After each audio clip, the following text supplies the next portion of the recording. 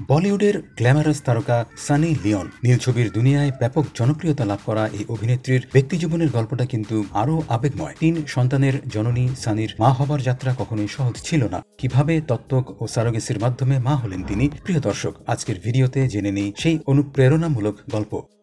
2011 সালে ড্যানিয়েল ওয়েবারকে বিয়ে করেন সানি লিওন। তখন দুজনেই ব্যস্ত ছিলেন তাঁদের পেশাগত জীবনে, তবে সন্তান নেবার ইচ্ছাটা ছিল সবসময় মনের গভীরে। কিন্তু সানি কখনোই গর্ভধারণ করতে চাননি। তাই আগে ড্যানিয়েল ও সানি ডিম্বাণু ও শুক্রাণু সংরক্ষণ করেন। সংরক্ষিত ডিম্বাণু থেকে 4টি কন্যা সন্তানের ডিম্বাণু নষ্ট হয়ে যায়, বেঁচে থাকে কেবল 2টি পুরুষ ডিম্বাণু। এই ঘটনায় সানি লিওন ও ড্যানিয়েল ভেঙে পড়েছিলেন। তখনও তারা কাউকে কিছু জানাননি, কষ্টটুকু ভাগ করে নিয়েছিলেন শুধু একে অপরের সঙ্গে।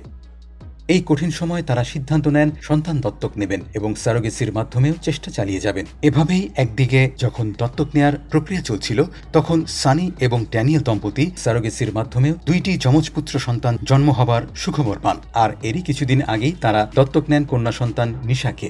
এখন সানি ও ড্যানিয়েলের জীবনের কেন্দ্রে এই 3 সন্তানই। সানি বলেন, আমি জীবনে মা হতে চেয়েছিলাম ঠিকই, তবে নিজের শরীর দিয়ে নয়। আজ আমি গর্বিত যে 3টি শিশুর মা হতে পেরেছি।